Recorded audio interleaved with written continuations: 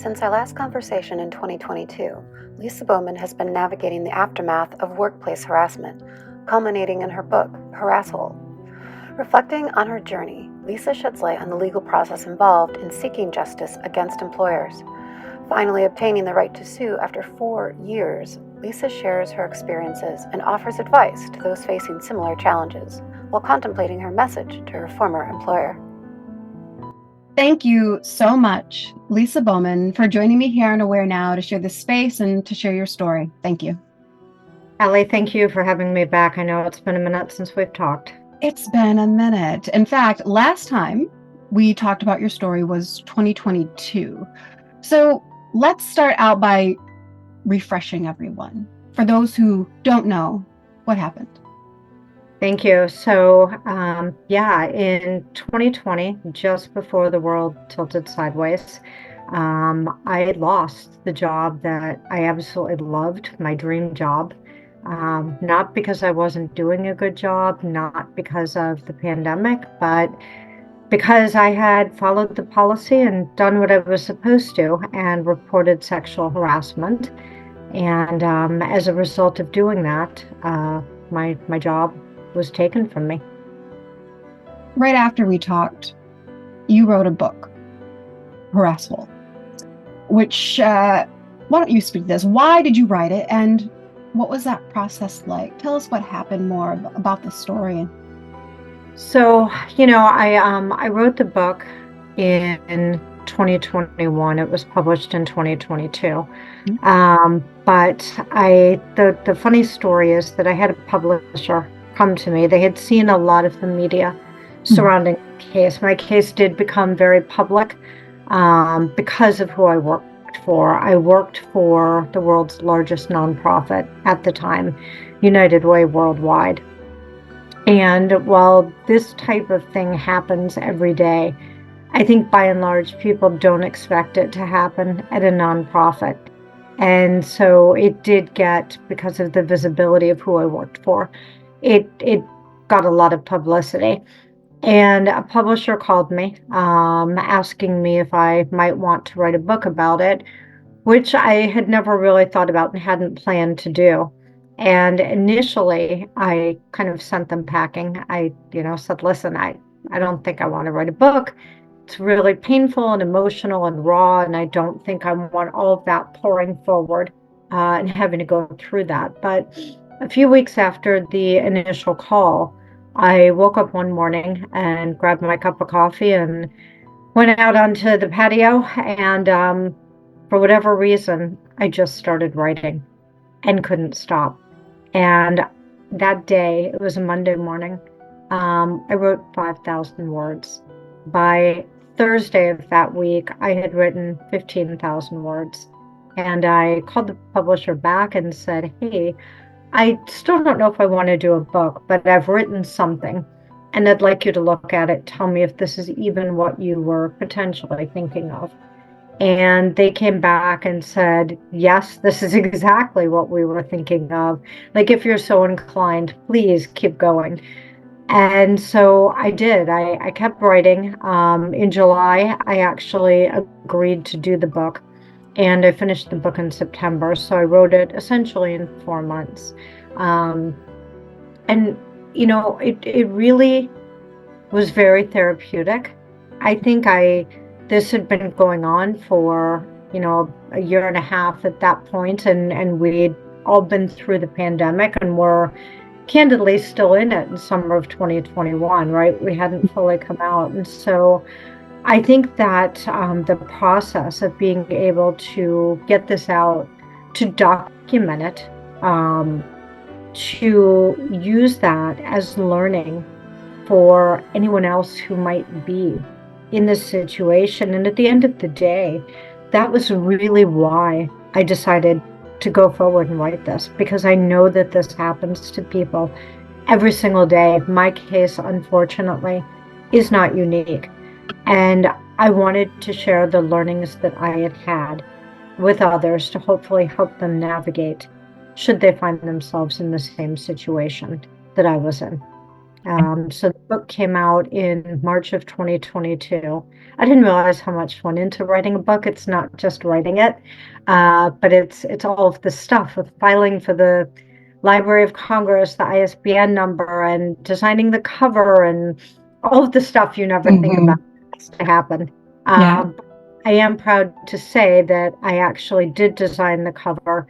I did title the book. I'm a marketer by background, and so as we were navigating through titles, I used LinkedIn pretty extensively to do polls and try and get some directional research on which titles might be resonating with people. And at the end of the day, as a marketer, also, I know that sometimes you have to do the unexpected. And so I will tell you that when I brought forward this title, I think my publisher was a little surprised. It was different than what we'd been looking at, but as I told them, people will love it, people will hate it, but they will talk about it. Yeah. And so when you're trying to market a product, you want people to talk about your product. Absolutely. Well, and I have to say that I love the title. I love the cover. It just, yeah, well done. Well done. Thank you. Thank you. Let's switch gears a bit and just get legal with things. What does the legal process look like when things like this happen? Can you just go and sue an employer? Like, walk me through this. What does it look like? Yeah, you definitely cannot just go and sue an employer. And I, 4 years later, I can tell you that the legal process is broken. It is absolutely broken. So, with the exception of 3 states, you cannot sue an employer without first filing a charge with a government agency known as the EEOC, the Equal Employment Opportunity Commission. That is the organization that deals with sort of those toxic workplace issues and violations. In my case, because this falls broadly under gender discrimination, which is where sexual harassment and subsequently the retaliation that I faced roll up under, that's a violation of what's known as Title VII. Title VII is part of the Civil Rights Act of 1964. And so it's very descriptive on what can and can't happen in the workplace. But when you have a Title VII violation, that gets assigned to the EEOC. So what should happen is that you file charges. The employer has 60 days to submit what's called a position statement, essentially their version of or their response to your charges.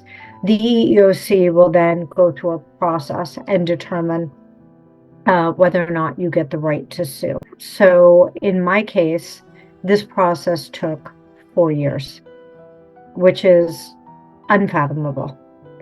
I had to sit and wait for 4 years. My case was transferred 3 times.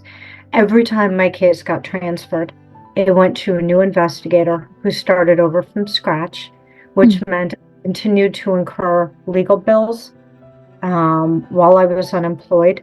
It meant I had to relive the trauma of going through detailing to these investigators what had happened over and over and over, and resurfacing all of the trauma that I was experiencing each time.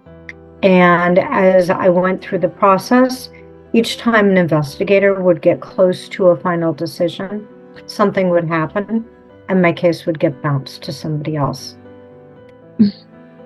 And it was honestly the most frustrating thing. But finally, just a few months ago, on March 7th of this year, of 2024, I think it was March 7th. I know it was a Thursday, which is weird that I know what day. I may not remember the date, but I was finally awarded the right to sue. And so if you don't receive that right to sue, you can't sue. And I do detail a lot of this in the book about what that process looks like. At that point, I was still in the middle of the process, but was able to detail what the process looks like and how, in theory, when it's working correctly, it should work. In my case, it was excessively long. And so, to your point, as you just mentioned, in March of this year, so again, just it blows my mind. 2 years since we last talked about this, 4 years since you finally received this right to sue. So, what happens now? What happens now? So once you get the right to sue, you have 60 days to file a lawsuit against the employer. And I did file a lawsuit on April 24th. We filed a very significant lawsuit. My anticipation is that we will be entering litigation with a jury trial. And I fully believe that if the system works the way it's supposed to, which I remain hopeful, if this is a jury of my peers, in theory, that jury should be at least half females and half females that have worked in a work environment. And I would say that it's going to be challenging to find a woman that has been in a workplace that has not been subjected or experienced or witnessed some type of inappropriate behavior. And so those men on the jury, I would encourage them to think about if this happened to your wife, your daughter, or your sister in the workplace, how would you feel about this? First of all, the fact that you stayed as strong as you have and you continue to endure that strength while enduring this trauma that continues to resurface. What would you say to anyone who's in a situation similar to yours or to what you've been through? What advice for them? While the process is ugly, if so many people don't do anything, they walk away from their jobs, they allow the employer to take their jobs like mine did. And the longer that we allow this to persist and we don't push back on it, we don't see it through. We don't use the full extent of the law to try and push for accountability when there's wrongdoing in the workplace. The longer this behavior will continue to go on. And I fully believe that each of us have a responsibility. I, as a female leader, I initially spoke up because this was happening to women on my team. But when they brought it to me, I didn't doubt them at all because I'd been dealing with it for 15 months. And so if I had just looked the other way, if I hadn't followed our policy, which candidly would have been the path of least resistance, right? If I hadn't done what I did, I wouldn't have been fulfilling my obligation as a manager, as a female in the workplace, as a leader, and quite frankly, as a human. And I need to look at myself in the mirror every single day. But the behavior that I endured was untenable and illegal. And why would I turn a blind eye to that and allow other people to be exposed to that and experience that in the future because I chose to stay silent? That to me, silence equals complicity, and that would have been so wrong. And so circling back, if you're in this situation, if you see this, we have an obligation to stop this by speaking up, by supporting each other, and by making sure that there's visibility of the people that are perpetuating and allowing this to happen. Because if we don't, it's just going to continue to happen. See something, say something. And I know that's a tough thing to do. 75% of the people that report harassment in the workplace subsequently suffer retaliation, often including loss of their job. 75%. That number needs to change. Our cultures need to change. The workplace needs to change. One last question for you today, Lisa, is this.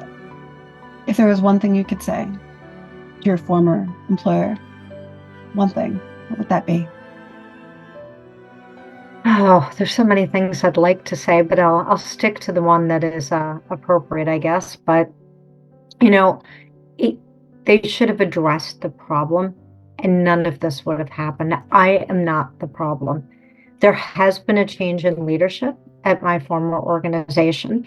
The three people that were complicit in retaliating against me were all allowed to move on with severance packages, very generous severance packages as well. The CEO, who was allowed to resign by the board, got a nearly $5 million payout, which is visible on the public filings for the organization. They're a nonprofit. They have to file a 990. My harasser and the HR person also showed that they were given generous severance packages. Those were the only three people that were let go, which to me is quite incriminating on the part of the organization. So what I would say is that, number one, just do the right thing. It's not that difficult. And number two, to the new leadership of the organization, what I would say is that I am hopeful that as we move forward, they choose to address this in a different manner than their predecessors who didn't take any responsibility for their actions. I truly want to envision a future for all of us where this behavior is no longer occurring. And I think that under new leadership, United Way has an interesting opportunity here to position themselves as making a difference in this space. And I would hope that they do that. Thank you so much, Lisa, for Thank you. for sharing. It's always a pleasure. Thank you. Thank you so much. Stay strong. Thank you for helping all of us become a bit more aware now. Thank you.